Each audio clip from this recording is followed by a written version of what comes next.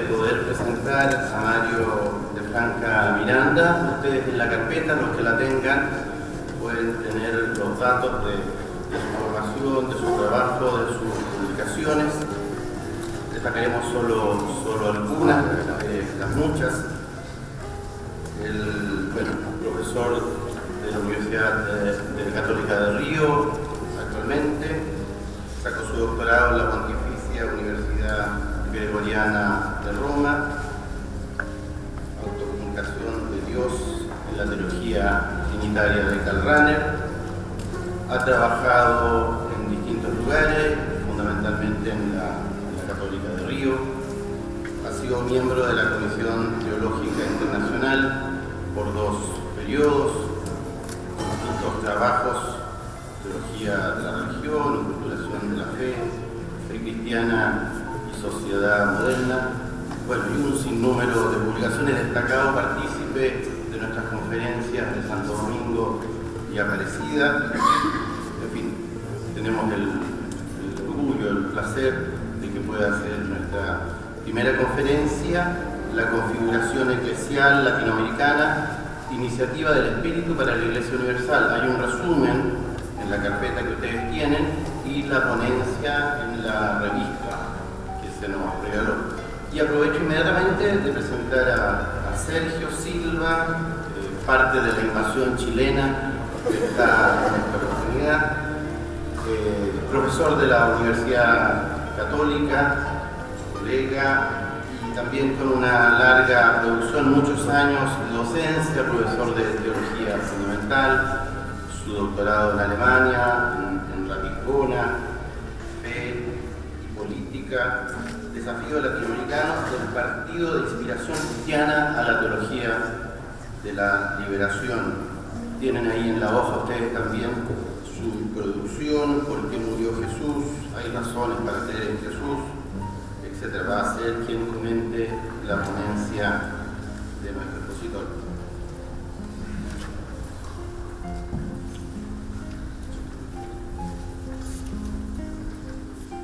Buenos días a todos.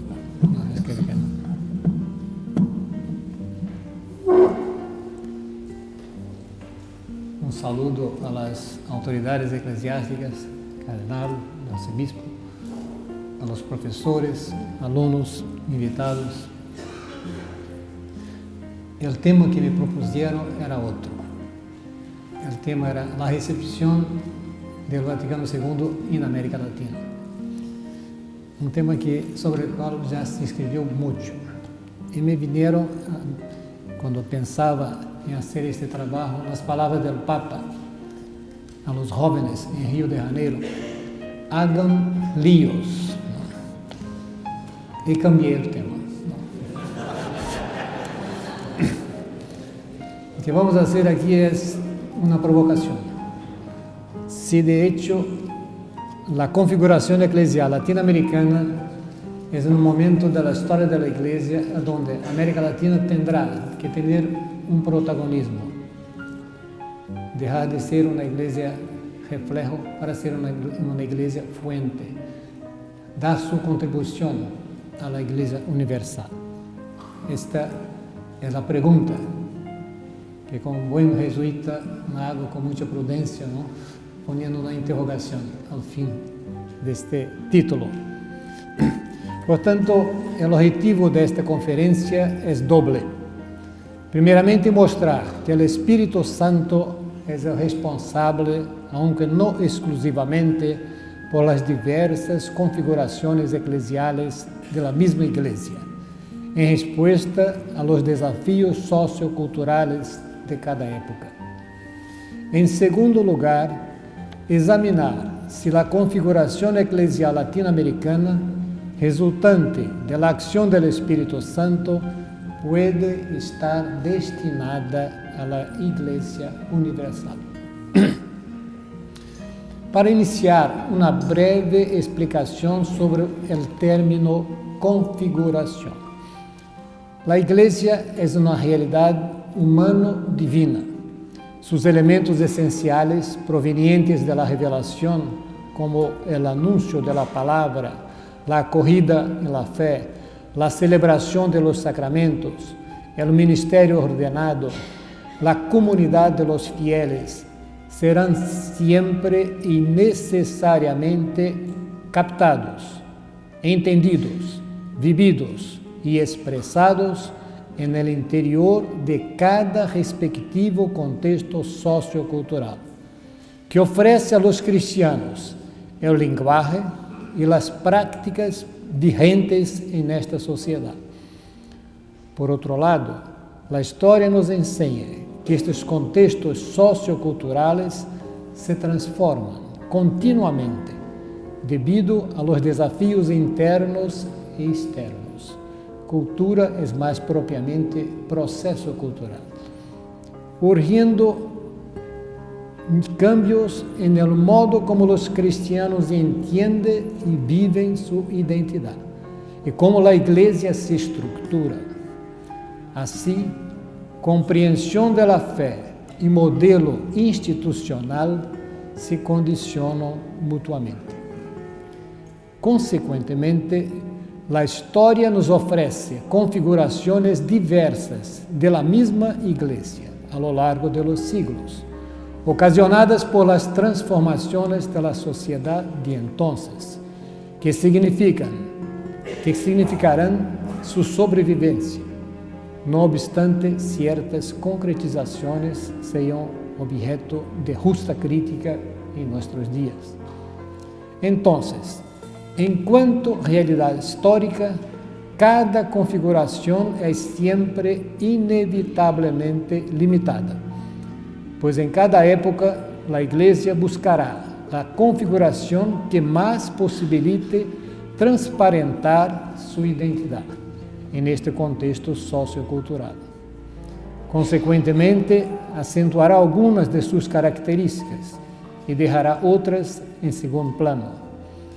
Podrás hasta asumir características que contradigan lo que debe ser una comunidad cristiana, por limitación o malicia humana, deturpando así su verdad.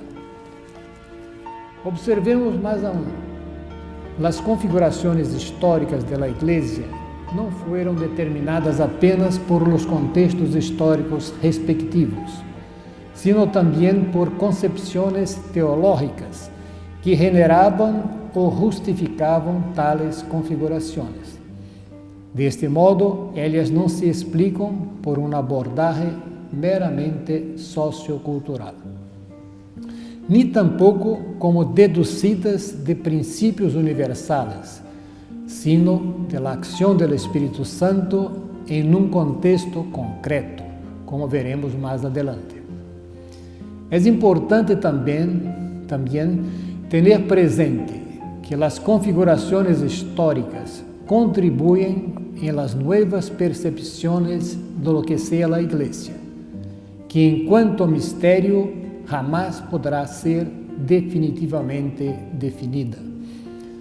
Reconozcamos también la importancia de la configuración para la sacramentalidad salvífica de la Iglesia, porque la Iglesia señala y mediatiza realidades trascendentes. Por tanto, cuando cierta configuración histórica deja de ser entendida, acolhida y vivida por otras generaciones, entonces la Iglesia no es vista en su verdad, se distancia de la sociedad, genera una crisis en su interior, ya que muchos de sus miembros no la reconocen como tal y se apartan de ella. Veamos primeiramente a ação do Espírito Santo em la instituição de la Iglesia.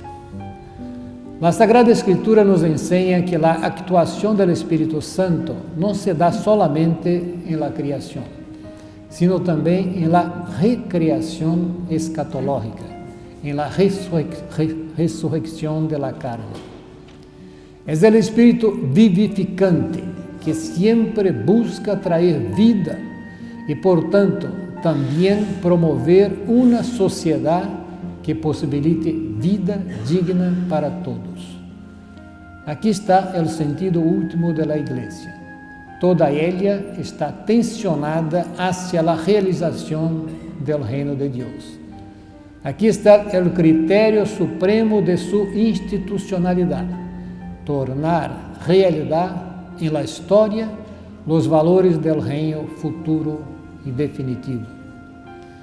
Consecuentemente, también en la lenta elaboración eclesial, el agente principal es el Espíritu Santo, ya que su acción continua en vista del reino de Dios no se limita apenas a posibilitar y fomentar la vida cristiana de los miembros de la Iglesia, sino que atañe también las condiciones socioculturales a donde viven estos miembros, sobre todo la propia institución eclesial, en vista de una forma social más apta para fomentar la vida cristiana. Pues en su obrar salvífico, el Espíritu Santo no prescinde de las mediaciones, no solo humanas, sino también sociales, a través de las cuales, como nos testifica la misma Biblia, leva adelante el plan salvífico de Dios. De hecho, la actual cristología pneumatológica nos muestra a Jesús ungido por el Espíritu en el bautismo, en vista de su misión por el reino de Dios. Jesús permaneció siempre fiel a este Espíritu que lo inspiraba y fortalecía a lo largo de su vida. De este modo, trajo una nueva modalidad de convivencia humana, basada en la caridad. La vivió coherentemente al punto de sacrificar su vida y fue resucitado por el mismo Espíritu vivificante. Ao mostrar-se intimamente unido ao destino de Jesus, o Espírito de Deus se torna definitivamente o Espírito de Jesus. Portanto, a história de Jesus revela também o obrar e, por ende, a identidade do Espírito Santo. Consequentemente, a ação do Espírito es la de promover el reino de Dios por medio de personas e instituciones. Este reino se consumará por la nueva creación, por la nueva humanidad en Dios. Pero desde ahora, el Espíritu está en acción, posibilitando la fe en Cristo, estimulando la vivencia de la caridad e inspirando a organização da comunidade cristiana. A Igreja não foi fundada solo en el origen. Dios la construye activamente por su Espíritu, que puede ser também considerado princípio constituyente de la Iglesia. El Espíritu Santo está presente en todas las acciones salvíficas de la Iglesia, que pueden ser simplemente denominadas epicléticas, presente y actuante en la fe de los cristianos, en su oración, en la recepción del bautismo, en la ordenación ministerial, en el sacramento de la reconciliación, en la epíclesis eucarística. Igualmente, es el Espíritu que anima la vida cristiana, fundamenta la comunión de los miembros de la Iglesia, porque está presente y actuante en todos ellos. No hay evangelización sin la acción del Espíritu, que nos abre a la palabra de Dios y nos confiere su unción. Del mismo modo, la actividad misionera de la Iglesia se debe al Espíritu, que estimula a los primeros cristianos a buscar su fe. Pero el Espíritu Santo no limita su acción a los corazones de los fieles, ya que pertenece también a la configuración institucional de la Iglesia. Pues, en cuanto es derramado sobre todo el pueblo de Dios, conforme a la promesa, todos recebem su carisma próprio, ocasionando assim uma diversidade plural de carismas en el interior de la comunidad. Los carismas não são apenas gracias extraordinárias, sino também dones que em sua simplicidade e discreção contribuem à edificação da comunidade. Não podemos distinguir em Pablo ministérios carismáticos e não carismáticos, pois também os ministérios funcionais são considerados por eles como carismáticos. Todos os membros da comunidade recebem o carisma do Espírito, que livremente lo concede, pero que também ordena e regula a coexistência de todos eles, sobretudo através do carisma da caridade. No obstante, esta actuação do Espírito produzca já certa ordem ou estrutura em la comunidade, não podemos afirmar que ela mesma determine uma forma institucional em seu interior, seja de cunho monárquico, oligárquico ou democrático, pois tal ideia não condice com a doutrina paulina de los carismas. De hecho, a acção do Espírito orienta a edificação da comunidade para uma forma que seja mais conveniente para a participação e comunhão de todos os membros, bem como para a irradiação da buena nueva hacia los de fuera de la comunidade. Pois já encontramos no Novo Testamento formas diferenciadas de comunidade, de vida fraterna e de estruturas eclesiais, seja devido a los diferentes contextos socioculturales, seja devido a los cambios ao transcurrir de los tiempos, como nos muestran as organizações eclesiales presentes em las cartas pastorales, em los hechos de los apóstoles e em las cartas paulinas. No obstante, a Bíblia também nos ensina que a acção do Espírito se hace presente através de uma mediação humana, como vimos anteriormente. Não através de um ser humano abstrato, e sino de alguém que vive em um contexto histórico bem determinado. É Ele quem vai captar, expressar e transformar em ação o impulso do Espírito. Pois como a revelação só chega a sua plenitude quando é recebida em la fé, assim também a ação do Espírito Santo. Portanto, a comunidade de los fieles naturalmente expressa e transmite sua fé através de expressões doutrinales, de ritos, de práticas, de organizações sociais, de funções e papeles, de estruturas que respondam, de um lado, à ação do Espírito e, de outro, ao linguagem e organização social disponível e adequada ao contexto histórico onde se situa. A Igreja só pode realizar sua missão em prol do reino de Deus mediante linguagem que seja performativo, mediante ações que sejam significativas, mediante opções que respondam aos desafios existenciais e sociais de uma geração. Caso contrário, ela deixa de ser señal, aparece deformada a los ojos de la sociedade, pierde credibilidade e força de irradiação. Observemos que sempre discernimento se hace necessário para comprobar não só a autenticidade da inspiração do Espírito, sino também a qualidade das transformações socioculturais, pois não todo em la cultura e em la sociedade aonde se encontra a Igreja corresponde ao mensagem evangélico e deve ser simplesmente assumido.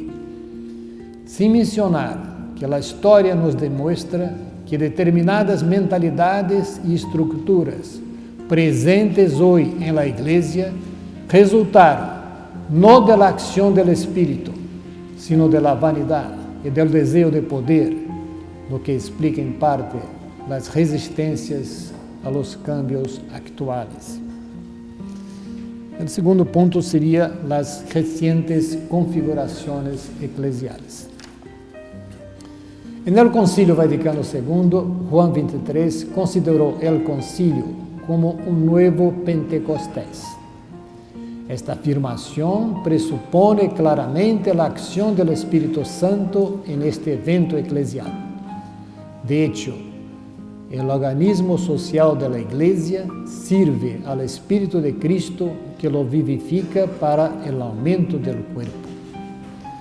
A assistência contínua em los fieles leva ao progresso da própria tradição e à apertura de novos caminhos para abordar o mundo de nosso tempo. Se por um lado o Espírito Santo guarda indefectiblemente a forma de governo instituída por Cristo em sua Igreja, por outro, Ele la rejuvenece e la renueva perpetuamente. A Igreja de la Cristiandad del passado, gestada a lo largo de los siglos, se caracterizava por diversos elementos que lhe conferiam uma configuração própria. Sem dúvida, uma igreja fuertemente jerarquizada, legalista, triunfalista, separada do mundo profano, uniformadora, unida ao poder, cujos membros, em sua maioria, constituíam uma massa passiva. Era uma igreja que, não obstante, tivesse em sua história hechos memoráveis e figuras exemplares, se encontrava separada da sociedade e muito volcada hacia si mesma. A preocupação de Juan XXIII era hacer que a igreja repensara sua identidade delante do mundo, abrindo o diálogo com a sociedade em vista de uma autêntica actualização, adornamento, em sua configuração histórica. O próprio estilo de seus documentos, sem anatemas e condenações, indica já a finalidade pastoral deste concílio. Pastoral aqui não se opõe a dogmático, mas bem afirma a sempre nova atualidade da verdade do dogma e la apresenta viva para uma generação. Deste modo, sem estar ausente em los concílios anteriores, mais inclinados à la ortodoxia doctrinal e ao ordem institucional, queda patente a preocupação de los padres conciliares com a finalidade salvífica da Igreja. De aí, a necessidade do diálogo e da actualização. Mesmo sem entrar na temática do conflito de las interpretações deste concílio, aparece claramente que de ele brotou uma configuração eclesial, la qual não se pode caracterizar simplesmente como nova, pois constitui uma recuperação de lo que havia de melhor em la tradição do primeiro milênio, volver a la fuente. Assim podemos citar algumas características da Igreja presente em los textos conciliares, mesmo reconhecendo que não são completos. A Igreja se concibe como pueblo de Deus, en el qual é enfatizada a igual dignidade de seus membros. A centralidade do governo cede frente à la colegialidade. El laicado emerge como sujeito eclesial e responsável por la missão. A igreja local despunta, tendo suas características culturais respeitadas. Deste modo, nesta configuração, a igreja se volca hacia fora de si, hacia o mundo, participando de seus dolores e alegrias, e aprende de eles para realizar melhor sua missão. Igualmente, ela se abre ao diálogo com a cultura moderna, com as outras igrejas cristianas, com as demais religiões. Deja de ser uma igreja autocentrada para ser uma igreja ao serviço da sociedade. Vemos agora em América Latina. A recepção do Concílio Vaticano II se concretizou fundamentalmente e de modo original na Assembleia Episcopal del CELAM em Medellín, 1968. Contribuiu para este hecho a responsabilidade da Igreja por la sociedade, assumida em la Constituição Gaudium et Spes.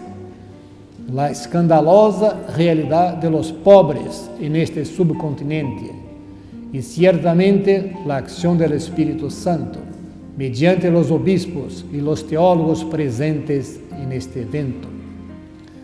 Como en toda recepción, hay una relectura de cómo fue recibido de acuerdo al nuevo contexto. En el mensaje a los pueblos de América Latina, aparece já claramente que os obispos assumem a realidade latino-americana. Querem promover uma sociedade mais justa, fomentar uma evangelização integral e também renovar as estruturas eclesiais. Ademais, valorizam a religiosidade popular e insistem em uma igreja mais pobre. Medellín prosigue a linha pastoral do concílio e tem uma importância decisiva em los anos posteriores. Entender e viver a fé cristiana em la perspectiva de los pobres hará surgir para esta região uma reflexão teológica liberadora, mesmo que diversificada. A Assembleia Episcopal de Puebla retoma a orientação básica de Medellín, perfeccionando-la com uma maior atenção ao fator cultural latino-americano. Em Aparecida, se insiste fuertemente em la finalidade missioneira de la Igreja, em el papel que tiene el laicado, em la necessidade de uma séria conversão pastoral que possibilite uma nova mentalidade e novas estruturas eclesiais, sem deixar de enfatizar a vivência comunitária da fé, a opção por los pobres e o valor da religiosidade do povo. Em todas estas assembleias, os obispos estavam bem conscientes da ação do Espírito Santo em las transformações da história. Responsável por la renovação de las leyes e de las estruturas, e actuante en el discernimiento de los señales de los tiempos, para descobrir el plan de Dios en la construcción de la sociedad. Como testifica claramente el texto de Aparecida, la pastoral de la Iglesia não pode prescindir do contexto histórico donde vivem seus membros. De aí nasce, em fidelidade ao Espírito Santo que la conduce, a necessidade de uma renovação eclesial que implique reformas espirituais, pastorales e também institucionais. Sintetizando os resultados das Assembleias Generales del CELAM, podemos afirmar brevemente que a Igreja de América Latina pretende uma configuração determinada. Igreja de los pobres, simple e enculturada, com um laicado ativo, animado por uma experiência personal com Jesucristo no interior da comunidade de fé.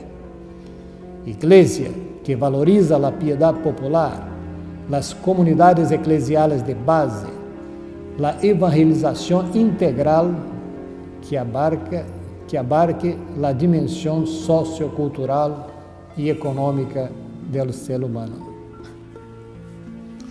Vemos agora a configuração eclesial de la Evangelii Gaudium.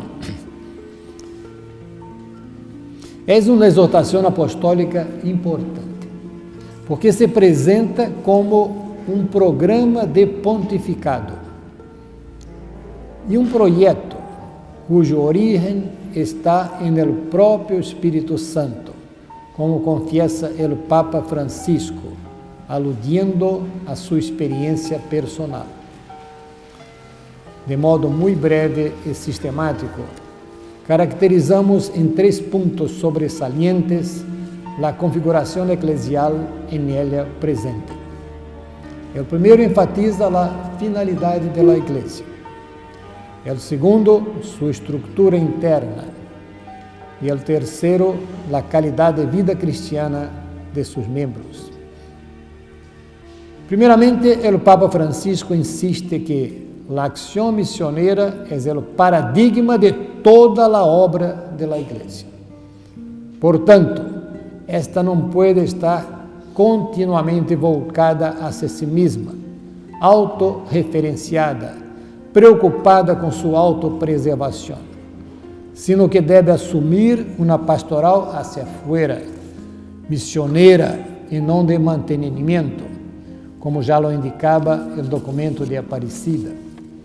Esta afirmação hace com que todos en la Iglesia sejam de hecho misioneros, sujeitos activos por el hecho de ser bautizados. A continuação, a exortação retoma as conquistas conciliares sobre a colegialidade e as igrejas locais. Censura uma centralidade excessiva. Incentiva as conferências episcopais, que deveriam ter certa autoridade doctrinal. A valorização das igrejas locais significa também uma aprovação da inculturação da fé em elas mesmas, já que a fé se encarna em la cultura que ela recebe. Deste modo, o texto valoriza a contribuição das culturas para a própria fé e dá especial atenção à cultura popular evangelizada, que contém valores de fé e de solidariedade que podem provocar o desenvolvimento de uma sociedade mais justa e creyente. Enfim, o Evangelho Gaudium dá grande importância à real vivência da fé, insistindo em la conversão em la linha de Aparecida, em salida de si, em fidelidade à ação do Espírito Santo, alma da Igreja evangelizadora, em uma fé alimentada por um contato personal e frequente com Jesus que lo experimenta vivo, que nos transmite a mirada de Jesus e nos hace estar próximos das pessoas, tocando suas misérias e sofrimentos.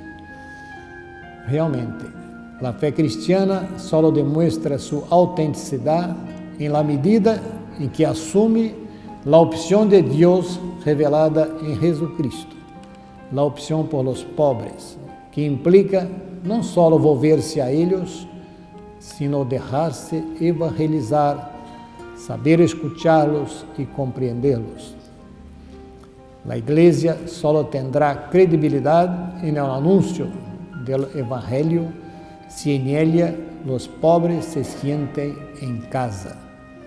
E o Papa conclui: por isso desejo uma igreja pobre para os pobres.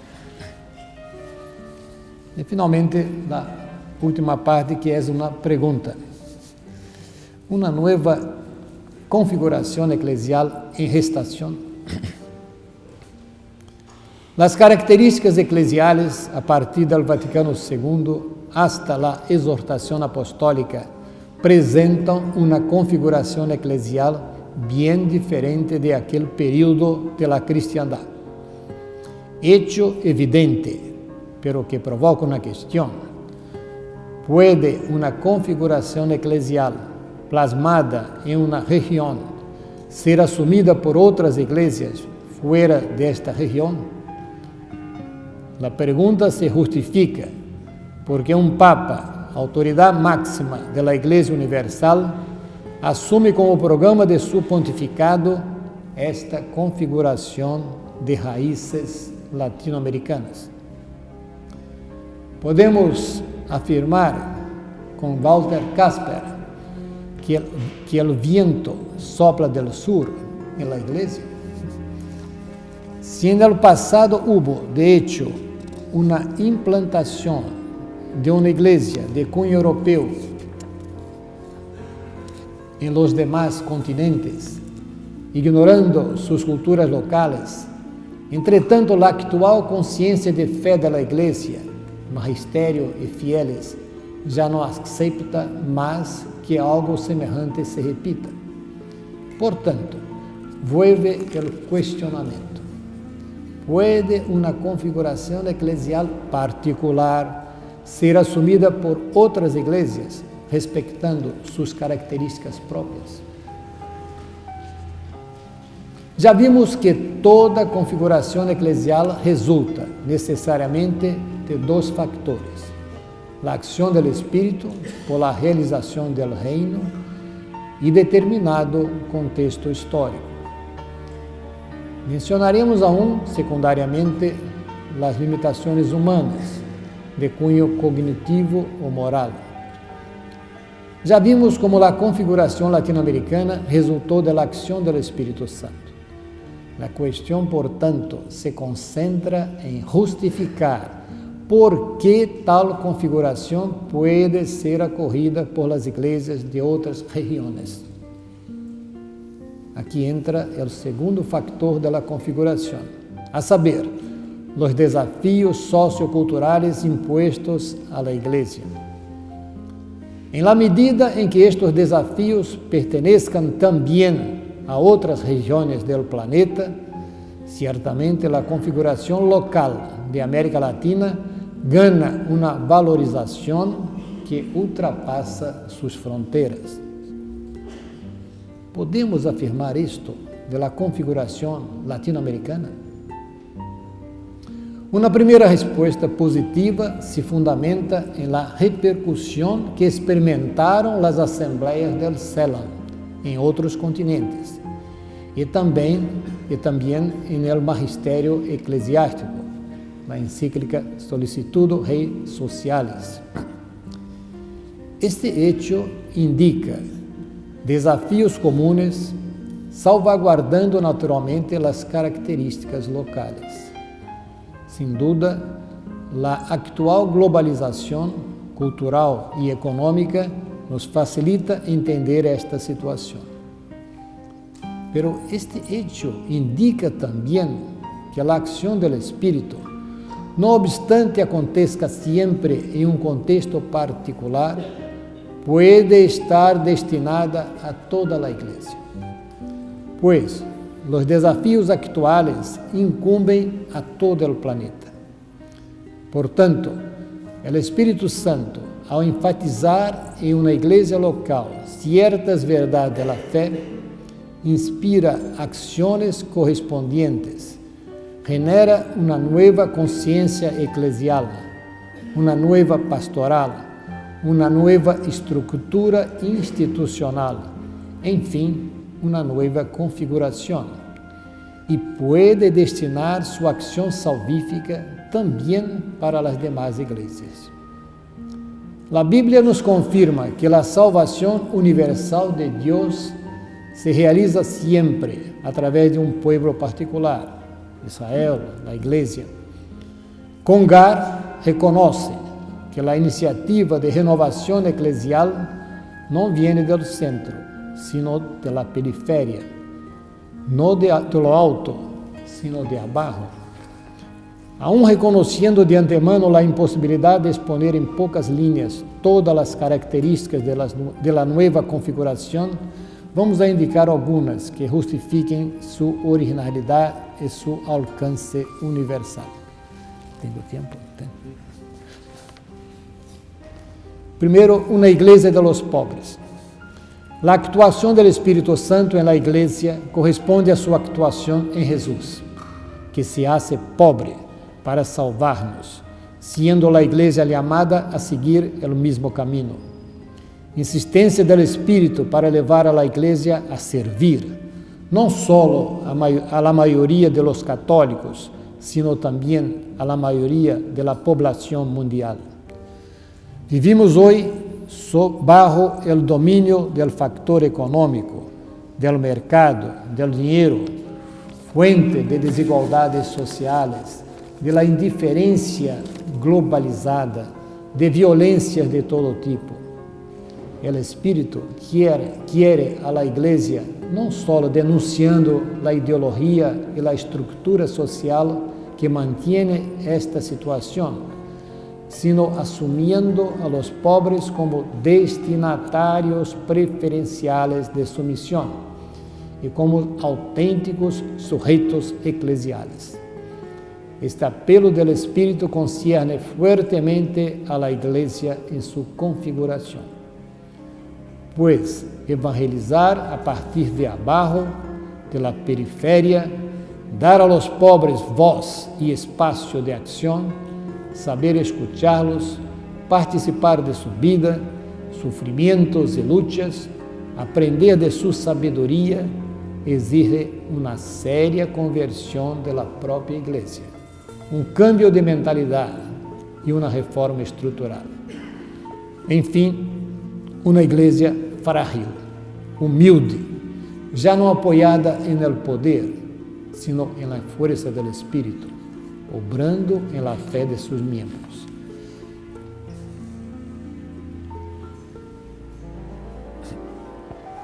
Segundo, uma igreja que valoriza a fé do povo. A América Latina possui uma grande riqueza em la religiosidade de sua população. Aún em expressões a vezes inadequadas, refleja uma profunda fé. Abriga valores cristianos, vive a solidariedade e la comparte, e portanto refuerza a unidade entre fé e vida.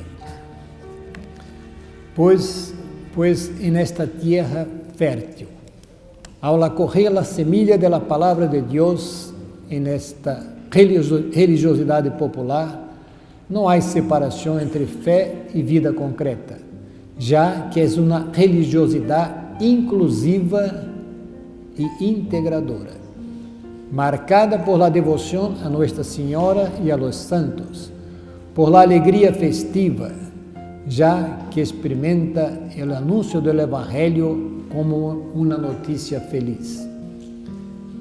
En este sentido, o pueblo fiel simple actúa como evangelizador de la Iglesia. Esta característica de la vida impregnada de valores religiosos também pode ser encontrada em África e em Ásia. Portanto, uma vivência de fé é de grande valor em um mundo que apresenta em algumas regiões uma sociedade secularizada, cerrada ao transcendente e entregada hacia los bienes materiais. Terceiro, uma igreja constituída por pequenas comunidades. A noção de comunhão central em la eclesiologia conciliar contribui no surgimento de las comunidades eclesiales de base, que integram a eclesialidade da fé cristiana e os múltiplos sectores da vida, respondiendo ao apelo do Espírito por uma evangelização integral. Sabemos que estas pequenas comunidades cristianas inspiraram iniciativas em outros continentes e podem antecipar uma modalidade de evangelização mais informal e direta, através das relações personais, como aconteceu no início do cristianismo. Estas pequenas comunidades eclesiais permitem relações humanas autênticas, muito importantes em uma sociedade que já não se realiza como outrora através das autoridades, em las que o laicado será no futuro fator decisivo. E o quarto ponto, uma igreja direcionada hacia el ser humano en su fragilidad.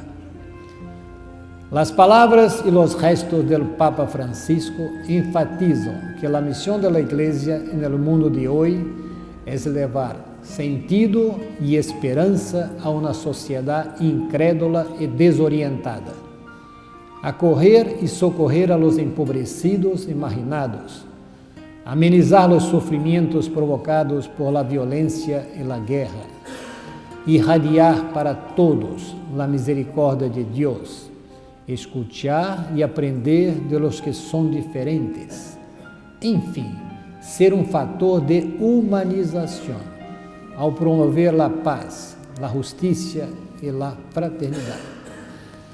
Una iglesia al servicio de la humanidad y por tanto mais semejante a la vida de su fundador. Ciertamente faltarán otras características de la configuración latinoamericana. Mesmo aquellas ya mencionadas se encuentran apenas parcialmente realizadas, pero ellas ya se justifican como tendencias de un proceso encaminado, sendo que es importante iniciar procesos como este que experimentamos en nuestros días, levar la iglesia de la patria grande latinoamericana a todo el mundo, como una auténtica iglesia fuente. En la realización de este objetivo, la iglesia de Argentina tuvo y sigue teniendo, a través de sus obispos, teólogos y laicos, una importancia decisiva. E mais aún, esta centenária Faculdade de Teologia. Muitas graças.